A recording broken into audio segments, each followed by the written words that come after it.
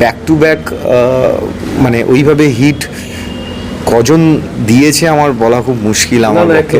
কিন্তু কি হয়, একটা চরিত্র যখন মানুষের মনে ভীষণভাবে দাগ কেটে যায় গভীরভাবে, তখন পরের চরিত্রটা অ্যাকসেপ্ট করতে দর্শকের একটু সময় লাগে। 24/7 ताज़ा समाचार के पाठकों के लिए मेरी तरफ से हार्दिक शुभकामनाएं।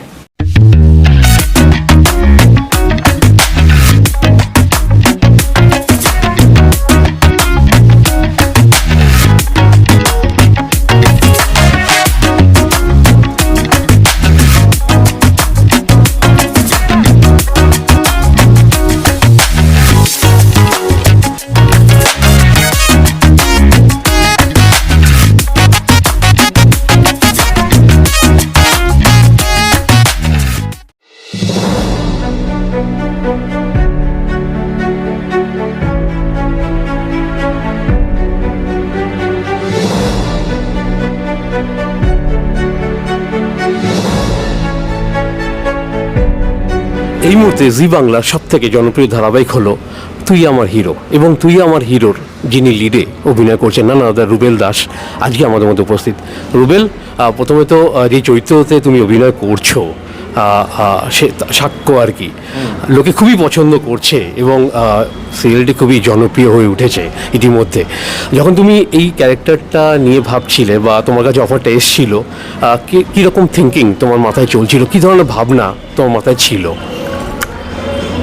এটা শুরু হয়েছিল একটু ডিফারেন্ট কন্টেন্ট দিয়ে, যেটা ছিল যে একজন সাকসেসফুল সুপারস্টার, বেঙ্গলি ফিল্ম ইন্ডাস্ট্রির একজন সাকসেসফুল রিনাউন্ড একজন সুপারস্টার, তার লাইফ নিয়ে শুরু হয়েছিল।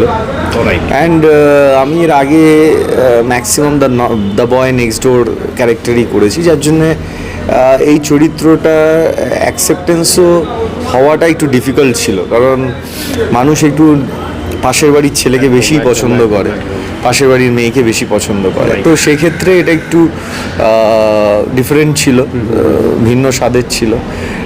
তারপরে সেটাকে অন্য জনারে সেটাকে ফেলা হলো, সেটাকে নিয়ে আসা হলো সাক্ষ্যজিতের জীবনে বিভিন্ন রকম কিছু প্রবলেমস, যেগুলো তার সাথে আরশি মানে সাক্ষ্য যাকে বিয়ে করেছে তার স্ত্রী আর সাক্ষ্য দুজনে মিলে কীভাবে সলভ করবে।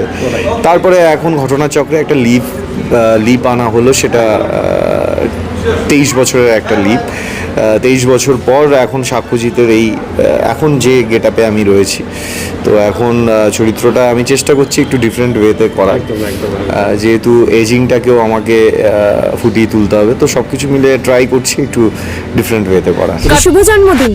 এভাবে শুটিং এর মধ্যে কেউ ঢুকে পড়ে নাকি? হ্যাঁ, এই যাও। রুবেল, যে কটা ক্যারেক্টার তুমি আজ অব্দি মানে প্লে করেছো সবকটাই হিট হয়েছে, এবং আমরা এটা জানতে চাইবো যে what kind of research was involve into ইট। যে কোনো ক্যারেক্টার নেওয়ার আগে কী ধরনের রিসার্চ মানে তুমি করে থাকো জেনারেলি? আমি সব ধরনের কাজ করতে ভালোবাসি, যেটা হয় একজন অভিনেতা চেষ্টা করে সব ধরনের কাজ করতে। থ্যাঙ্কফুলি আমি পেয়েছি কিছু কিছু সিরিয়ালে আমি একটু আলাদা করার সুযোগ পেয়েছি। অ্যান্ড সিরিয়াল এমন একটা প্রসেস যেখানে ঘুরিয়ে ফিরিয়ে গল্প একটা ছাঁচে ফেলে দেয় আর কি, কারণ একটা লং টার্ম প্রসেস, তো সেখানে আলাদা কিছু দেখানোর থাকে না, চেনা গল্প হয়ে যায় দর্শকের কাছে, আমাদের কাছেও। আমি মিথ্যে কথা বলবো না, মানে যারা বলবে যে একদম ভিন্ন ধরনের ধারাবাহিক, সেটা ভুল হবে। কিন্তু ব্যাপারটা হচ্ছে আমি অ্যাজ অ্যান অ্যাক্টর, আমি আমার জায়গা থেকে পারফরমেন্স ওয়াইজ আমি চেষ্টা করি যে চরিত্রটা যাতে মানুষের মনে দাগ কাটতে পারে, রিমার্কেবল হয়।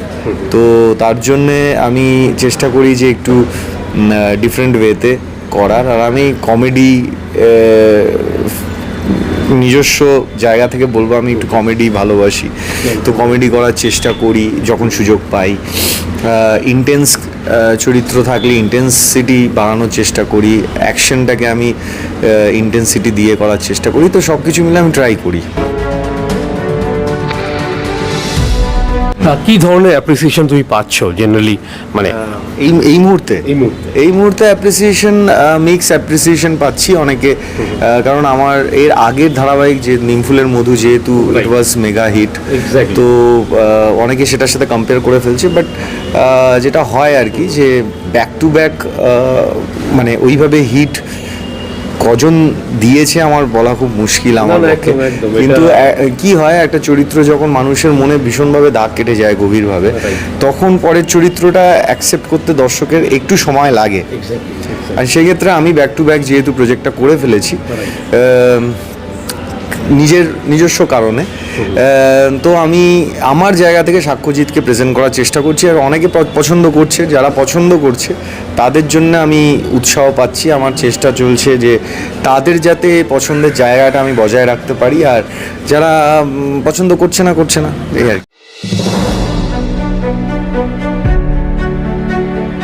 সামনে 25শে ডিসেম্বর এবং নতুন বছর আসতে চলেছে, কিভাবে তুমি সেলিব্রেট করতে চলেছো? সেলিব্রেশন 25শে ডিসেম্বরে তো সুযোগ হয় না, কারণ আমাদের ছুটি থাকে না, কাজ চলে। তো এখন কাজ চলছে এই মুহূর্তে, 25শে ডিসেম্বর কাজ চলবে, তো ওই বাড়িতেই চেষ্টা করব একটু কেক কেটে Okay. বাড়ির লোকের সাথে সেলিব্রেট করার।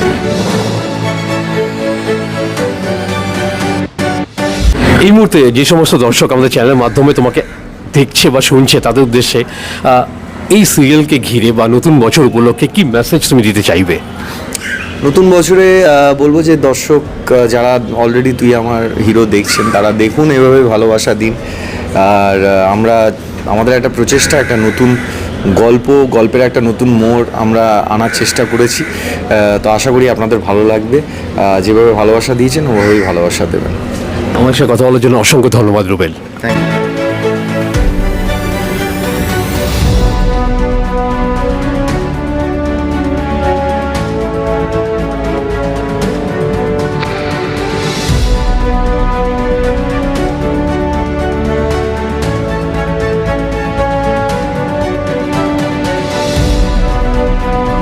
Exclusive jewellery collection DTC London द्वारा best showroom award winner RR Agarwal jewellers, Kolkata Jaipur के बाद अब रौरकेला में भी RR अग्रवाल ज्वेलर्स, रिश्ता भरोसे का।